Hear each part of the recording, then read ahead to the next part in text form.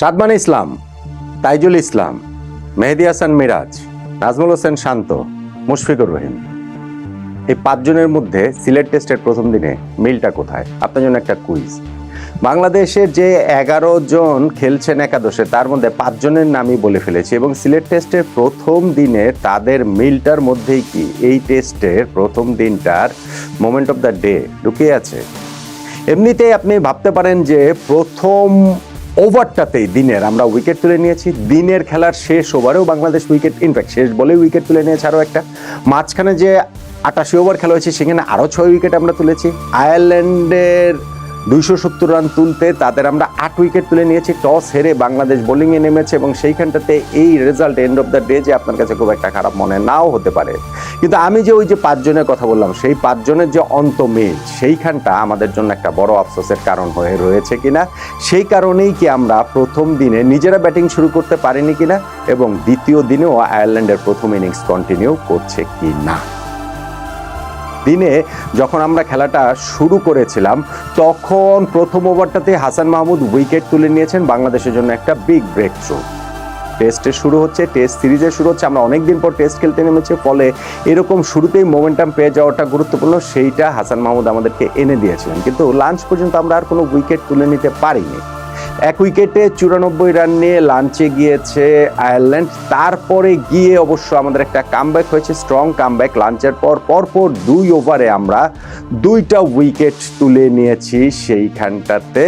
হ্যাঁ, Paul Stirling এর wicket, যেটা নাহিদ রানার বলে সেকেন্ড স্লিপে সাদমান ইসলাম ক্যাচ ধরেছেন, শার্প একটা ক্যাচ, এবং এরপর মেহেদী হাসান মিরাজ বোলিংয়ে এসেই তিনি এলবিডব্লিউ ওইখানটাতে করে দিয়েছেন। ওইখানটাতে আমরা যদিও এখানে আম্পায়ার আউট দেননি, কিন্তু আমরা ডিআরএস নিয়ে উইকেটটা তুলে নিয়েছি, ফলে বাংলাদেশের এই জায়গাটাতে একটা কামব্যাকটা হয়েছে। হ্যাঁ, এরপরে আয়ারল্যান্ড বেশ কয়েকবার ম্যাচে ফেরার চেষ্টা করেছে। ধরেন এরপরেই যে 2টা পার্টনারশিপ তারা করেছে, সেই 2টা পার্টনারশিপে কিন্তু 50+ জুটি ছিল।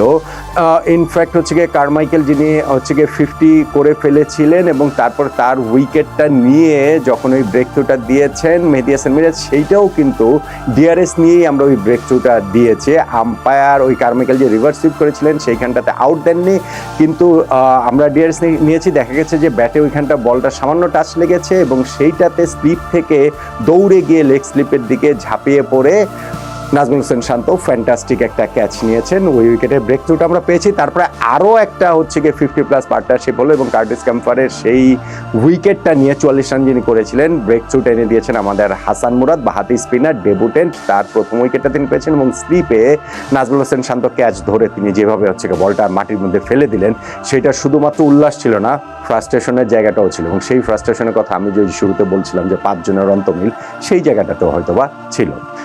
4 উইকেটে 203 রান, সেইখান থেকে আমরা কিন্তু দ্রুত তাদের এইখানটাতে 3টা উইকেট তুলে নিয়েছে বাংলাদেশ এবং 222 রানে 7 উইকেটে আয়ারল্যান্ড আমরা তুলে নিয়েছিলাম এবং তাদেরকে অল আউট করে দেওয়ার একটা জায়গাতে চলে গিয়েছিলাম। যদিও 8 উইকেটে যে পার্টনারশিপ, সেইটা বাংলাদেশের জন্য খুবই ফ্রাস্ট্রেটিং ছিল এবং সেটা ইনফ্যাক্ট আমরা নতুন বল যখন নিয়েছি তখনও তারা ওইটা কন্টিনিউ করছিল। দিনের খেলার একেবারে শেষ ওভারের একেবারে শেষ বলে গিয়ে তাইজুল ইসলাম এলবিডব্লিউ করে ওই পার্টনারশিপটা 48 রানে সেটা ব্রেক করলেন, যেই কারণে আয়ারল্যান্ডের 8 নম্বর উইকেট আমরা তুলে নিতে পারলাম। 8 উইকেটে 270 রানে আয়ারল্যান্ড প্রথম দিনের খেলাটা শেষ করলো।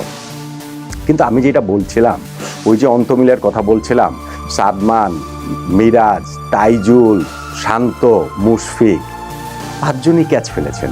5টা ক্যাচ বাংলাদেশের আজকের এই প্রথম দিনে পড়েছে, যেইগুলা অবশ্যই ধরার মতো। এবং তার মধ্যে আপনি দেখেন যে প্রথম ওভারে যে আমরা উইকেটটা পেয়েছি, এরপরে দিনের খেলার 4th over, 5th over, 6th over টানা 3টা ওভারে আমরা ক্যাচ ফেলেছি।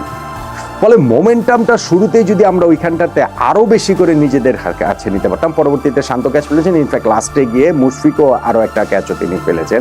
মোমেন্টামটা আমরা যদি শুরুতে এই ক্যাচগুলো ধরতে পারতাম, তাহলে আয়ারল্যান্ডকে এই প্রথম দিনে আমরা অল আউট করে দিতে পারতাম নিশ্চিতভাবেই। বাংলাদেশের ম্যাচে এখন যেমন প্রথম দিন শেষে আপনি বলতে পারেন যে বাংলাদেশের অবস্থানটা খারাপ না, আবার অত ভালো না, কিন্তু এই ক্যাচগুলো যদি আমরা ধরতে পারতাম তাহলে প্রথম দিন শেষে বাংলাদেশের অবস্থা নিঃসন্দেহে আরও অনেক ভালো জায়গাটাতে থাকতো। বাংলাদেশ কামব্যাক করেছে টু সাম এক্সটেন্ট, ডেফিনেটলি। আপনি যদি এটা বলেন লাঞ্চের পরে পরপর প্রথম দুই ওভারে 2টা উইকেট তুলে নিয়ে আমাদের যে কামব্যাকের রাস্তাটা, সেই জায়গাটা থেকে আমি বলবো যে ওইটাকে আপনি মোমেন্ট অফ দ্য ডে বলতে পারেন। কিন্তু আমার কাছে মনে হয় যে আমরা যে আসলে ক্যাচ মিসগুলো করেছি, 5টা ক্যাচ মিস করেছি, স্পেশালি দিনের খেলার শুরুতে, টেস্ট ম্যাচের শুরুতেই 4th, 5th, 6th ওভারে আমরা টানা 3টা ক্যাচ যে ফেলেছি, সেটাই আমার কাছে মনে হয় প্রথম দিনটা বাংলাদেশের পুরোপুরি হতে দেয়নি, এবং এইটাই আমার কাছে মনে হয় প্রথম দিনের মোমেন্ট অফ দ্য ডে।